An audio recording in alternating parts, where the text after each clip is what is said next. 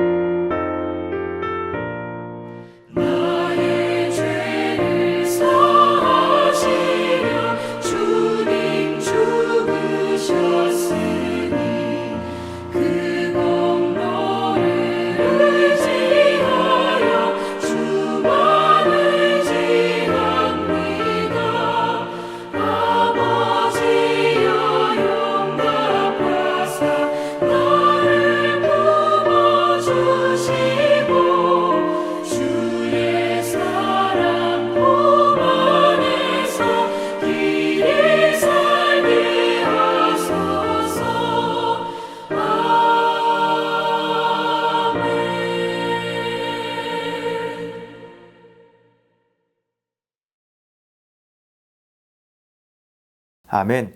오늘도 하나님 아버지의 은혜로 살아가는 죄에서 구원받은 우리의 인생 되길 소망합니다. 아멘. 오늘의 말씀은 호세아 13장 1절에서 16절의 말씀, 함께 하나님 말씀 읽겠습니다. 에브라임이 말을 하면 사람들이 떨었도다. 그가 이스라엘 중에서 자기를 높이더니 바알로 말미암아 범죄함으로 망하였거늘 이제도 그들은 더욱 범죄하여 그 은으로 자기를 위하여 우상을 부어 만들되 자기의 정교함을 따라 우상을 만들었으며 그것은 다 은장색이 만든 것이거늘 그들은 그것에 대하여 말하기를 제사를 드리는 자는 송아지와 입을 맞출 것이라 하도다. 이러므로 그들은 아침 구름 같으며 쉬 사라지는 이슬 같으며 타작마당에서 광풍에 날리는 쭉정이 같으며 굴뚝에서 나가는 연기 같으리라. 그러나 애굽 땅에 있을 때부터 나는 내 하나님 여호와라. 나 밖에 내가 다른 신을 알지 말 것이라. 나 외에는 구원자가 없느니라. 내가 광야 마른 땅에서 너를 알았거늘 그들이 먹여준 대로 배가 불렀고 배가 부르니 그들의 마음이 교만하여 이로 말미암아 나를 잊었느니라. 그러므로 내가 그들에게 사자 같고 길가에서 기다리는 표범 같으니라. 내가 새끼 잃은 곰같이 그들을 만나 그의 염통 거풀을 찢고 거기서 암사자같이 그들을 삼키리라. 들짐승이 그들을 찢으리라. 이스라엘아, 내가 패망하였나니 이는 너를 도와주는 나를 대적함이니라. 전에 내가 이르기를 내게 왕과 지도자들을 주소서 하였느니라. 내 모든 성읍에서 너를 구원할 자 곧 내 왕이 이제 어디 있으며 내 재판장들이 어디 있느냐. 내가 분노함으로 내게 왕을 주고 진노함으로 패하였노라. 에브라임의 불의가 봉함되었고 그 죄가 저장되었나니 해산하는 여인의 어려움이 그에게 임하리라. 그는 지혜 없는 자식이로다. 해산할 때가 되어도 그가 나오지 못하느니라. 내가 그들을 스올의 건세에서 속량하며 사망에서 구속하리니 사망아 내 재앙이 어디 있느냐. 스올아 내 멸망이 어디 있느냐. 뉘우침이 내 눈앞에서 숨으리라. 그가 비록 형제 중에서 결실하나 동풍이 오리니 곧 광야에서 일어나는 여호와의 바람이라. 그의 근원이 마르며 그의 샘이 마르고 그 쌓아둔 바 모든 보배의 그릇이 약탈되리로다.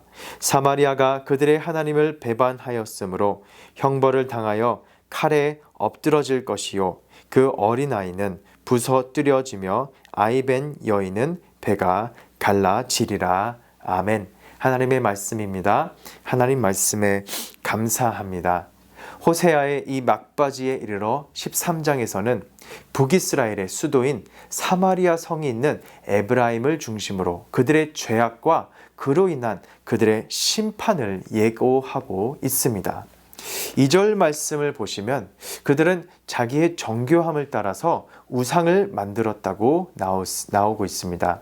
그들은 하나님이 주신 은사로 말미암아 하나님을 예배하는 데에 사용하기보다 우상의 형상을 정교하게 만드는 데에 사용하므로 이것이 그들로 하여금 전 국민이 우상의 입을 맞추게 하도록 사용된 것입니다.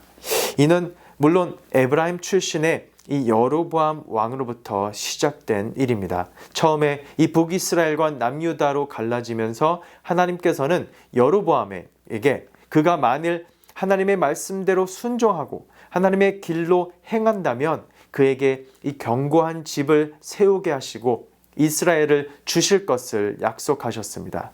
그러나 여로보암은 어떻게 했었나요? 여로보암은 하나님의 말씀대로 견고한 집을 세우지 않고 금송아지를 세움으로 북이스라엘을 우상 숭배의 이 나라로 이끌고 갔습니다.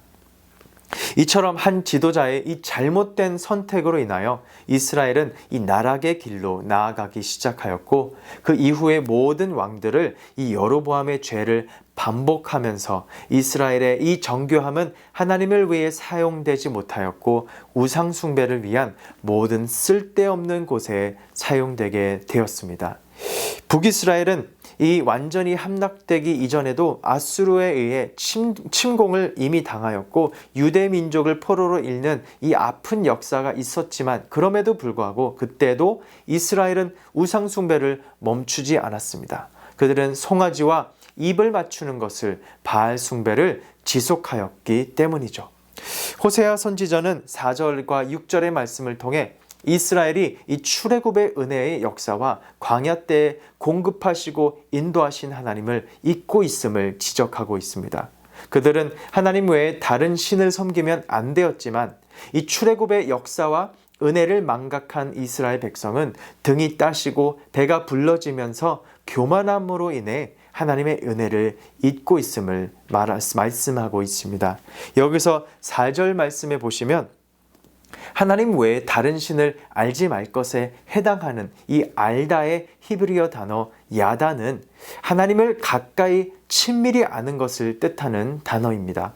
단순히 하나님을 우리가 지식적으로 아는 것을 넘어서 이 부부의 마치 친밀한 관계를 나타냄을 통해 우리가 하나님을 아는 것에는 이 인격적이고 관계적인 그리고 이 경험적인 신앙의 알미 포함되어 있다는 것을 나타내고 있습니다. 그러나 이스라엘 백성은 이 다른 신을 알기 시작하였으니 이 호세아 말씀에서 계속 강조하고 있듯이 그들은 간음을 하였고 남편을 배신한 이 고멜과 같은 존재가 된 것입니다. 사랑하는 성도 여러분, 우리는 하나님을 인격적으로 친밀한 관계적으로 그리고 경험적으로 알기를 주님의 이름으로 축원합니다. 단순히 우리가 하나님을 지식적으로만 아는 것이 아닌 하나님을 살아계신 말씀을 통해 우리가 체험하길 원하고, 예수님을 인격적으로 만나고 우리가 성령 충만함의 역사하심을 경험하는 그 신앙을 우리가 살아낼 수 있기를 주님의 이름으로 축복드립니다. 아멘. 이제 이 심판의 말씀은 이 7절 말씀에 내가 그들에게 사자 같고 길가에서 기다리는 표범 같음으로 나타나기 시작하였습니다. 여기서 이 기다리는 표범 같으니라는 의도적으로 이 아수르와 이 유사한 음을 가진 동사인 아슈르를 사용함으로 마치 아수르가 그들에게 기다리고 있는 표범과 같은 무서운 존재의 심판의 도구가 될 것임을 말씀하고 있는 것입니다. 또한 8절에 보시면 이 새끼를 잃은 곰은 그 분노가 너무나도 격렬해서 이 만나는 그 상대의 가슴을 찢을 정도로 두려운 대상으로 묘사가 되고 있습니다. 그런데 우리가 생각해 보면 남편이신 하나님은 자녀가 된 이스라엘 백성을 바알에게 뺏기셨으므로 화난 암사자같이 그들을 삼키려고 하고 들짐승같이 그들을 찢을 것입니다. 위급한 이러한 상황의 묘사 가운데 우리는 어느 쪽에 설지를 결정해야 되는 줄 믿습니다.